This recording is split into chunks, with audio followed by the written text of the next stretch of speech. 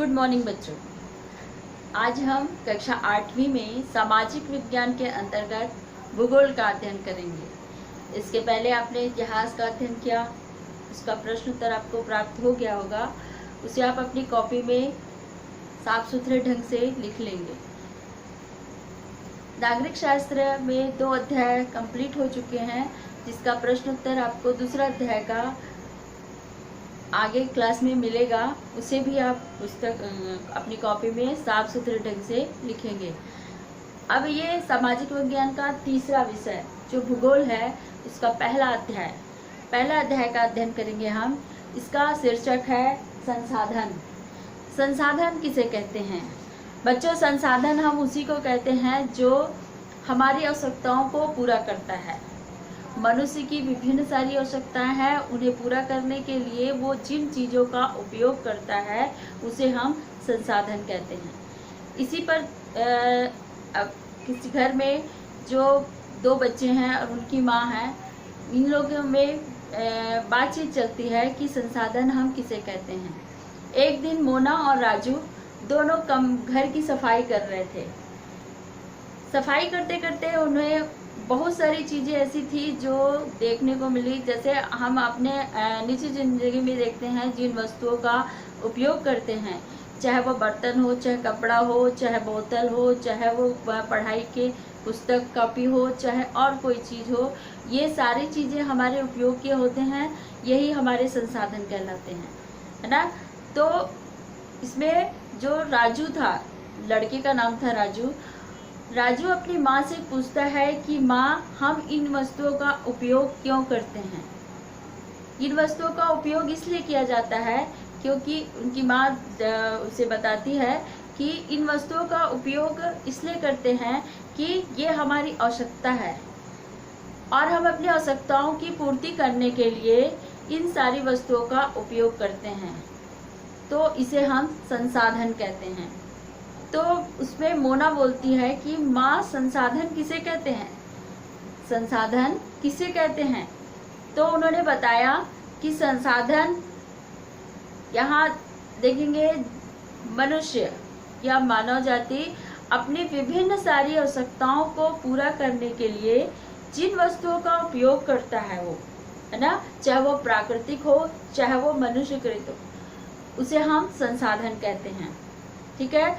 उसी पर उन्होंने बोला कि ये जो वस्तुएं, जैसे हम देखते हैं, उन्होंने उदाहरण देकर कहा, उनकी माँ ने, कि जैसे आपको पानी प्यास लगता है तो आप सबसे पहले पानी पीते हो, है ना। उसी प्रकार से हम देखते हैं कि जैसे कोई बच्चा जाता है स्कूल तो उससे पुस्तक कॉपी की आवश्यकता पड़ती है, और जो मनुष्य के जीवन में जो भी वस्तुएं हैं उनको उनकी जो आवश्यकताएं होती है, चाहे वो भोजन हो, चाहे वो कॉपी पुस्तक हो, चाहे वह स्कूल के लिए रिक्शा हो, ये सारी चीज़ें उनके जीवन के लिए एक संसाधन का काम करती है। ठीक है। अब देखते हैं, इसी में उसकी माँ कहती हैं कि इसमें कुछ तो ऐसे संसाधन हैं जो मूल्यवान हैं। तो मूल्यवान संसाधन किसे कहेंगे? मूल्यवान संसाधन वे संसाधन होते हैं जिसकी उपयोगिता बढ़ जाती है, जिसका उपयोग अगर हम करते हैं उसकी उपयोगिता बढ़ती है ना। तो जैसे हम देखते हैं खनिज को हम भूमि से खोदकर निकालते हैं, उसके रूप में परिवर्तन करते हैं, तो वो वस्तुएं हमारे लिए और भी अधिक उपयोगी हो जाती है। वो एक बहुमूल्य संसाधन कहलाता है। उसी प्रकार से एक भव्य दृश्य जैसे होता है, उसे हम अगर देखते हैं तो उससे खाली देखकर हमको संतुष्टि मिलती है, वो हमारे लिए उतना अधिक उपयोगी नहीं होता, तो उसका कोई मूल्य नहीं होता। तो यही चीज़ का उदाहरण देते हुए उन्होंने एक उदाहरण और दिया कि जैसे उदाहरण के लिए दादी के नुस्खे, हम लोग टीवी में भी देखते हैं, पेपर में भी पढ़ते हैं, दादी के नुस्खे जो देता है वो दादी के नुस्खे उतना मूल्यवान नहीं होता, है ना, हमारे लिए मूल्यवान नहीं होता, क्योंकि वो घर में बना सकते हैं इस तरीके से। किंतु वही चीज़ को हम उसमें पैटेंट करके मतलब उसे अच्छे से पैकिंग करके उसमें और अच्छे से उसको बनाकर पैक करके उसे अगर मेडिकल में भेज दिया जाता है, भेजा जाता है बेचने के लिए, तो उसकी उपयोगिता बढ़ जाती है और वही मूल्यवान कहलाता है ना। तो यहाँ पर वही चीज़ बताया है कि वस्तुएं मूल्यवान भी होती हैं और मूल्यवान नहीं भी होती हैं। तो संसाधन मूल्यवान भी होता है और मूल्यवान नहीं होता है, लेकिन दोनों की आवश्यकता हमको होती है। इन दोनों चीज़ों की आवश्यकताओं को पूरा करते हैं वही संसाधन कहलाता है। ठीक है। उसी प्रकार से फिर माँ कहती हैं कि कुछ संसाधन ऐसे होते हैं जो समय के साथ भी क्या होते हैं, परिवर्तन होते जाते हैं। जैसे उदाहरण के लिए उन्होंने बताया कि आदि मानव के काल में उसको हम सबसे पहले तो आखेट युग कहेंगे, पाषाण काल कहते हैं, है ना। पाषाण काल मतलब पत्थरों का काल होता था, और वे जब पत्थर को टकरा कर क्या किया, उन्होंने आग का आविष्कार किया। आग का आविष्कार जब किया तो वो उस समय उतना अधिक महत्व नहीं था, वो उसमें खाली उन लोग क्या करते थे, अपने भोजन को पका कर खाना सीखा था। लेकिन अगर आज हम देखते हैं तो आग का जो आविष्कार हुआ है उसकी उपयोगिता बहुत अधिक है ना। उसी प्रकार से देखते हैं पहिए का आविष्कार जब हुआ, तो पहिए का आविष्कार उस समय खाली परिवहन के लिए किया जाता था, आज भी किया जाता है, किंतु उस समय का परिवहन और आज के परिवहन में बहुत अधिक अंतर आ गया। तो समय के साथ साथ संसाधनों में परिवर्तन भी होता है और वो उसकी उपयोगिता उतनी ही अधिक बढ़ती जाती है। तो ये उपयोगी संसाधन भी हम उसका उपयोग करते हैं कि हाँ, बस व्यक्ति की जो आवश्यकताएं हैं, क्योंकि आवश्यकता ही आविष्कार की जननी कहलाती है। जब तक मनुष्य को आवश्यकता नहीं होगी तब तक का वो उसका आविष्कार भी नहीं करता, है ना। तो वही चीज है यहाँ पर, वही उसी को बताते हुए उसकी माँ ने कहा कि ये संसाधन दो प्रकार से होते हैं, दो प्रकार के होते हैं। पहला होता है प्राकृतिक संसाधन और दूसरा होता है मनुष्यकृत संसाधन या मानव संसाधन कहते हैं। प्राकृतिक संसाधन हम किसको कहते हैं, नाम से स्पष्ट होता है कि प्राकृतिक संसाधन का अर्थ होता है प्रकृति से प्राप्त, है ना। प्रकृति से प्राप्त संसाधन को हम प्राकृतिक संसाधन कहते हैं।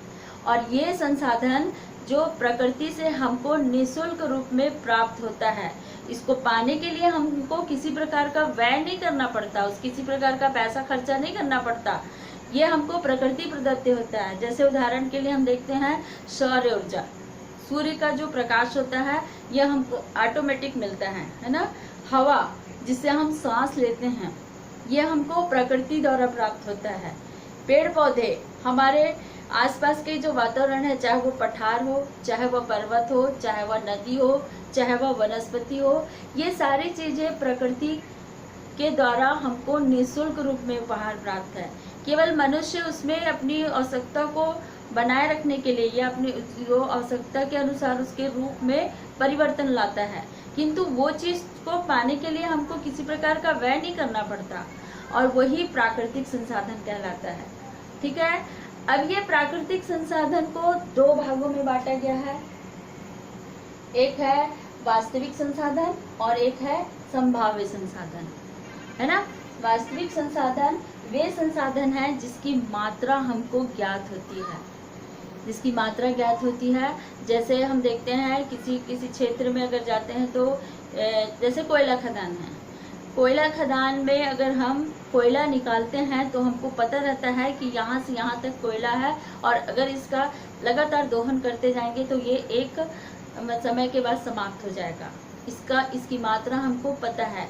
जैसे ये इसी में देखेंगे कौन खनिज तेल, है ना, और वनस्पति जैसे वन, ये सारी चीज़ें वास्तविक संसाधन वास्तव में वो हैं, लेकिन उसका उपयोग करने से हमको एक समय के बाद ये क्या हो जाता है, खत्म हो जाता है। जैसे उदाहरण के लिए जर्मनी में जो नीदरलैंड है वो स्थान, वहाँ पर देखेंगे कोयले का उपयोग सबसे अधिक करते हैं, है ना। पश्चिमी एशिया क्षेत्र में पेट्रोल का, और गुजरात के क्षेत्र में ले लेंगे तो गुजरात से भारत का जो अधिकांश भाग है, दक्कन का पठार वाला क्षेत्र, वहाँ पर काली मिट्टी के निक्षेपण से जो मनुष्य की जो पूर्ति होती है वही वास्तविक संसाधन होता है। वास्तव में वो संसाधन है, उसका उपयोग हम करते हैं, उसके बारे में हमको जानकारी है कि उसकी मात्रा कितनी है, यही वास्तविक संसाधन होता है। तो मनुष्य अपनी आवश्यकताओं की पूर्ति के लिए यहाँ वास्तविक संसाधन का भी उपयोग करता है। अब देखते हैं संभाव्य संसाधन। संभाव्य संसाधन नाम से स्पष्ट होता है। संभाव्य मतलब संभावना, वास्तव में ये होता नहीं है, संभावनाएं बनी रहती हैं, इसकी मात्रा हमको ज्ञात नहीं होती है ना। ये संभावनाएं बनी रहती हैं कि ये संसाधन कितना हो सकता है, इसका उपयोग हम भविष्य में कर सकते हैं कि हाँ ये अगर हमको प्राप्त है तो इसका जो उपयोग है इसको हम भविष्य में कितने अच्छे से कर सकते हैं, ये इसके बारे में हमको पता रहता है ना। तो संभाव्य संसाधन एक ऐसा संसाधन है जिसकी मात्रा हमको ज्ञात नहीं होती, और ज्ञात नहीं होती इसी में एक उदाहरण देकर समझाया है कि जैसे पवन चक्की, सौर ऊर्जा पवन चक्की, आज से 200 वर्ष पहले जब यूरोप में पवन चक्की का निर्माण किया गया था तो उस समय उसकी उपयोगिता उतनी अधिक नहीं थी, है ना। लेकिन आज हम देखते हैं हर एक क्षेत्र में पवन चक्की लगाकर यहाँ पर विद्युत का उत्पादन किया जाता है, तो इसकी उपयोगिता भविष्य में बढ़ गया। उसी प्रकार से जो लद्दाख में यूरेनियम प्राप्त हुआ है वो हम भविष्य में उसका उपयोग करके अन्य प्रकार की वस्तुएं बना सकते हैं, ये हमारा भविष्य है। मतलब संभावना बनी रहती है, इसे हम संभाव्य संसाधन कहते हैं। ठीक है, अब देखते हैं प्राकृतिक संसाधन तो हो गया, इसमें प्राकृतिक संसाधन में आपका वास्तविक संसाधन और संभाव्य संसाधन। अब देखते हैं मानव संसाधन।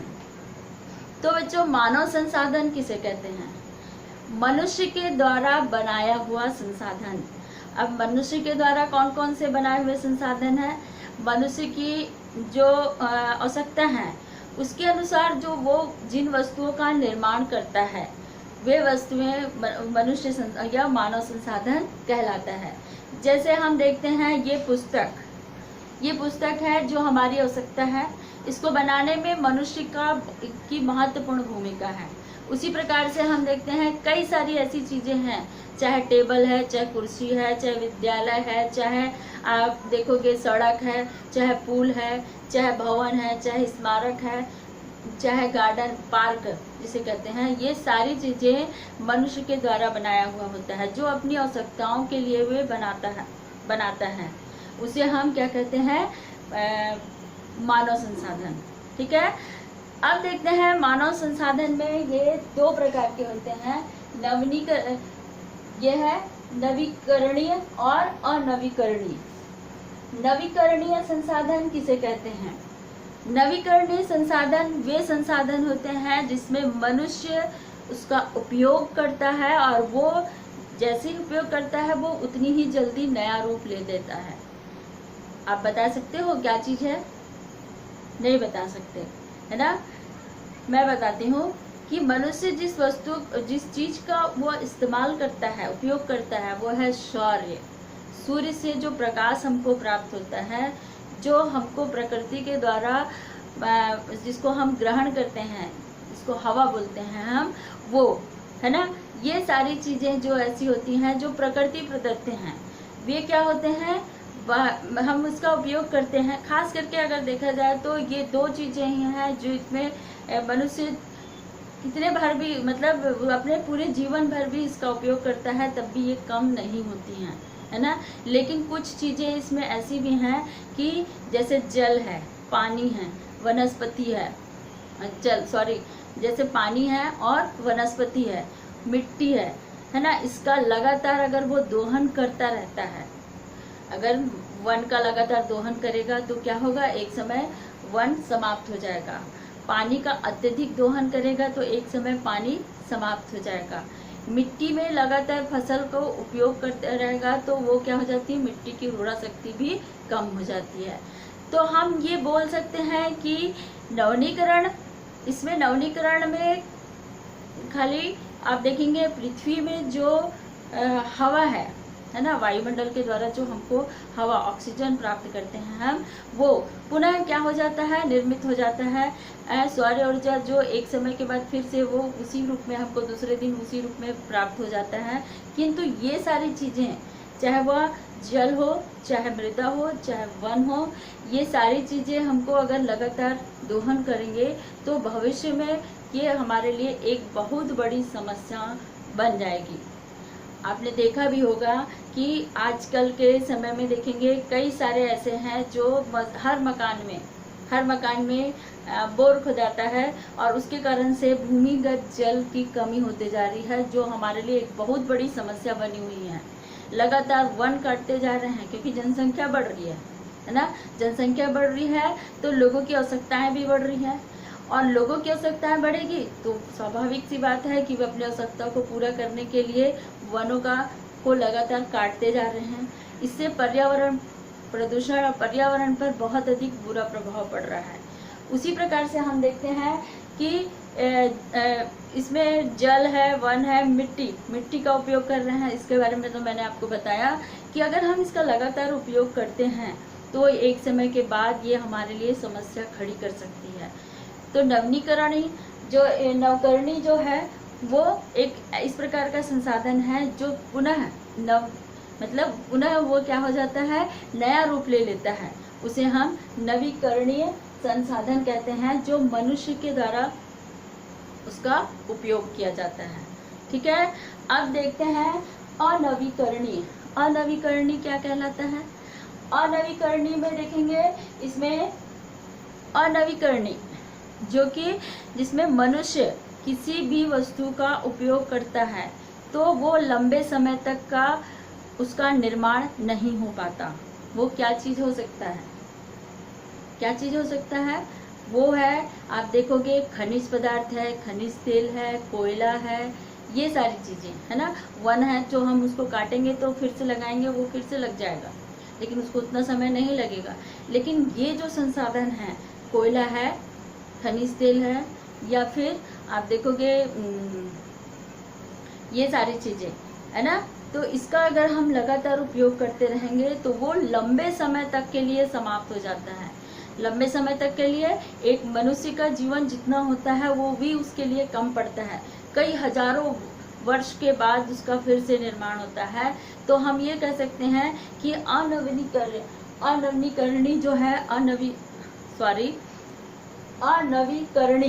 अनवीकरणीय जो है उसका अगर लगातार उपयोग करते रहेंगे तो ये क्या होगा, ये एक समय के बाद समाप्त हो जाएगा, है ना, क्योंकि इसको प्राप्त करने के लिए या इसके निर्माण के लिए बहुत लंबा समय लगता है।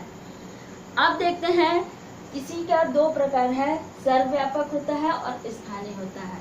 कुछ जो संसाधन होते हैं अनवीकरणीय जो सर्वव्यापक होते हैं, और कुछ होते हैं स्थानिक होते हैं। सर्वव्यापक का मतलब होता है सभी जगह विद्यमान रहना, है ना। सभी जगह विद्यमान कौन कौन सी चीज़ें रह सकती हैं, एक तो है मनुष्य द्वारा बनाया हुआ जो संसाधन है वो, है ना, सब जगह विद्यमान रह सकता है। और जो स्थानिक रूप से, जैसे हम देखते हैं ना, कोई कारखाना है या फिर मोटर गाड़ी है या फिर और कोई चीज़ है जो कि मनुष्य के द्वारा बनाया हुआ है, ये सर्वव्यापक होता है जो सभी जगह हमको प्राप्त हो जाता है। किंतु कुछ संसाधन ऐसे होते हैं जो स्थानिक होते हैं, कुछ स्थानों में पाए जाते हैं। जैसे उदाहरण के लिए बताऊं मैं कि खनिज पदार्थ हैं, जहाँ पर जो चीज़ का उत्पादन होता है, खनिज का मतलब खनिज की प्राप्ति होती है, वे खनिज वहाँ पर प्राप्त होते हैं, इसलिए वहाँ पर ऊंची के आधार पर उद्योग धंधे स्थापित होते हैं, है ना। तो ये चीज़ देखेंगे स्थानिक, कुछ जैसे अब्रक वाला क्षेत्र है वो कुछ स्थानों में पाया जाता है, हर एक स्थानों में नहीं पाया जाता, है ना। उसी प्रकार से लोहा है, लोहा भी कुछ स्थानिक क्षेत्रों में पाया जाता है, कुछ विशेष जगह में पाया जाता है, हर जगह उसका उत्पादन संभव नहीं है, इसलिए उसे स्थानिक कहते हैं। तो बच्चों ये एक चीज़ है कि इसमें देखेंगे हम, चाहे वो प्राकृतिक संसाधन हो चाहे वो मानव संसाधन हो, ये दोनों संसाधन एक मनुष्य के लिए बहुत अधिक आवश्यक है, क्योंकि उसकी अपनी आवश्यकताओं को पूरा करने के लिए इन संसाधनों का वह लगातार उपयोग करता है। ठीक है, अब देखेंगे संसाधन का संरक्षण किस प्रकार करना है हमको। संसाधन का संरक्षण करने के लिए हमको देखेंगे ये जो सारी चीज़ें हैं इनको हम क्या करना, हमको बचा कर रखना है ना। तो उसी में देखेंगे जो मोना रहती है वो सोए रहती है, उसमें उसने बुरा ख्याल मतलब बुरा सपना देखती है कि पूरी पृथ्वी में पानी समाप्त हो गया है, पूरे जंगल कट गए हैं और लोग इधर उधर भटक रहे हैं, उन्हें प्यास लग रही है, न तो पानी मिल रहा है न तो उन्हें छांव मिल रहा है। अगर विश्व में अगर ऐसी स्थिति आ जाए तो क्या होगा ना, तो ये तो हमारे लिए समस्या है। तो इसका समाधान करने के लिए हमको संसाधनों का संरक्षण करना बहुत आवश्यक है। इसी में उसने जब सपना देखा तो अपने सारे दोस्तों को उन्होंने बताया कि मैंने ऐसे सपना देखा है और आने वाला समय अगर हम लगातार प्राकृतिक दोहन या फिर मनुष्य की प्राकृतिक दोहन करते रहेंगे तो क्या होगा, एक समय के बाद पृथ्वी में जितनी सारी वस्तुएं हैं, पृथ्वी में जितनी सारे हमारी आवश्यकताओं की, चाहे वो खनिज पदार्थ हो, चाहे कोयला हो, चाहे खनिज तेल हो, चाहे वन हो, चाहे पानी हो, ये सारी चीज़ें क्या हो जाएंगे, एक दिन समाप्त हो जाएगा। तो यहाँ पर मनुष्य जीवन संभव नहीं हो पाएगा क्योंकि एक मनुष्य को जीने के लिए इन सारी चीज़ों की आवश्यकता पड़ती है। ठीक है, तो ये संरक्षण करने के लिए सारे दोस्तों ने सब अपने अपने तरीके से, जैसे हम देखते हैं ना कि हमारे यहाँ अगर पानी बोर है तो पानी भरपूर आता है और उस पानी का हम सदुपयोग करने के का छोड़कर हम उसका दुरुपयोग करना चालू कर देते हैं। जितनी पानी की आवश्यकता होती है हमको उससे कहीं ज़्यादा पानी का उपयोग करते हैं, है ना। वन है उसको लगातार काटते जाते हैं। बिजली, जैसे बिजली जल रहा है तो बिजली का खपत बहुत अधिक है, वो भी एक समय के लिए हमारी समस्या बन जाएगी अगर उसका हम संरक्षण नहीं करेंगे।